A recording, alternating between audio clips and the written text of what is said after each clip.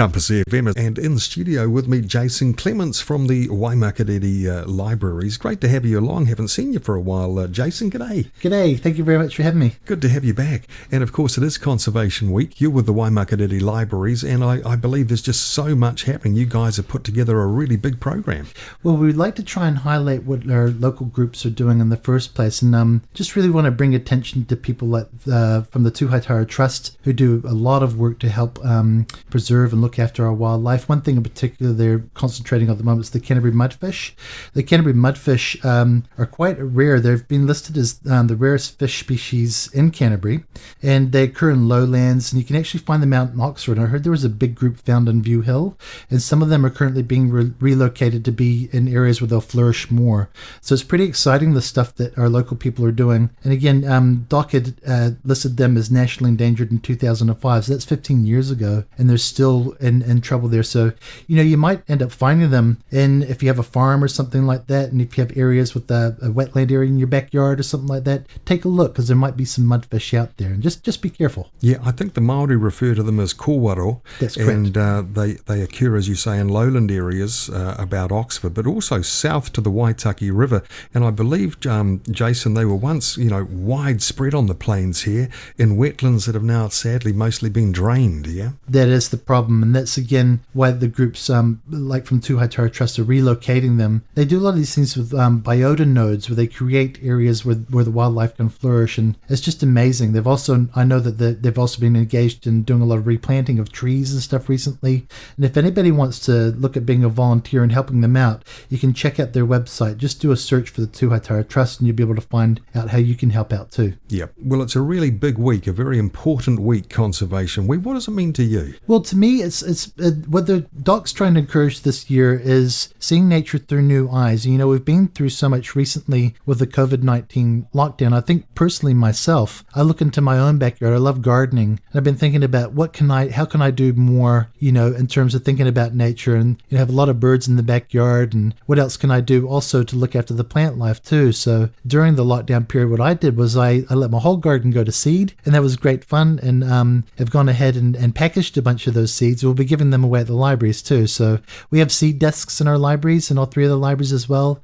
And it's just that, I guess, that idea of promoting, we can do a lot more with the time that we have. I think a lot of people probably have been thinking about like that since we've had the troubles with the COVID virus this year as well. I know personally, me and my sons did a heck of a lot of work at home like that, and just seeing nature run through its course. And there'd be some areas, where there'd be like a bit of pavement that you haven't dealt to for a while, and then you start seeing the moss growing over. So if nature's left to it, things would recover there. And sometimes I think, what are we doing to what can we do best to help look after nature? You make a really good point, and I remember during lockdown, everybody slowed down a bit, Jason, yes, and started noticing those little things like the moss growing over in the pavement or whatever, Most certainly. Yeah, so maybe that was one of the positives that came out of the whole COVID thing. Oh, I really think so. And if you come into our libraries as well, we've got a lot of book displays and promotions on for Conservation Week as well, so you can learn more about our local wildlife and about natural surroundings too. So we're definitely trying to promote that.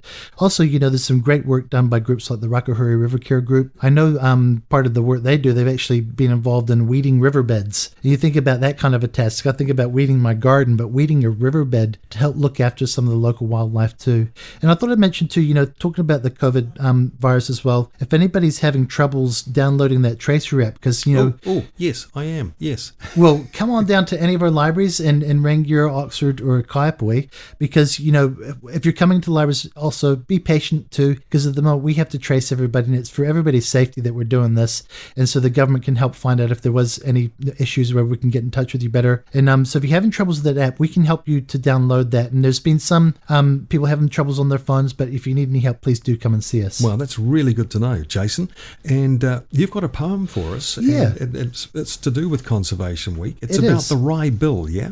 So the wry-bill is a very special bird, and it lives in our own backyards too. And so I thought I'd bring it in today because, again, the theme for the Conservation Week is seeing nature through new eyes, but also looking in our own backyards. And I think if we look at the Waimakariri River, these birds nest there, and their eggs look just exactly the same as the stones in the environment they're in. And they're now also endangered. And, be careful taking your trucks and four-wheel drives and stuff down there, because you could be going over their habitat. And so this poem, I'd say it's kind of a sad poem in a sense because I highlight these things. And it's kind of funny because it was first published in Israel. So talk about our own backyards, it was published overseas. Anyways, it's called Ode to a Ribel. Oh, Ribel, I've seen you in the ossuary of your ancestors, where your bones are littered like the flotsam and jetsam of the braided river, named the sky turned round, reflecting the down of the small pale plover. They say you aren't charismatic enough for Kiwis to care about, as your numbers dwindle down to around 2,000. But what does a Kiwi know anyway? For you're the only bird in the world with a beak bent sideways that always swipes right to forage for mayfly larvae underneath the rocks of your tombstones. Your instinct tells you to freeze as still as your ancestors, whose rib bones cracked like spindle twigs, spread in the shingle, racked by the weight of recreational four-wheel drivers, arriving on the weekend, unaware of your eggs, camouflaged in the greywacke of your graveyard. Thank you so much for that. When did you write that, Jason? I wrote it just last year. This is again thinking about,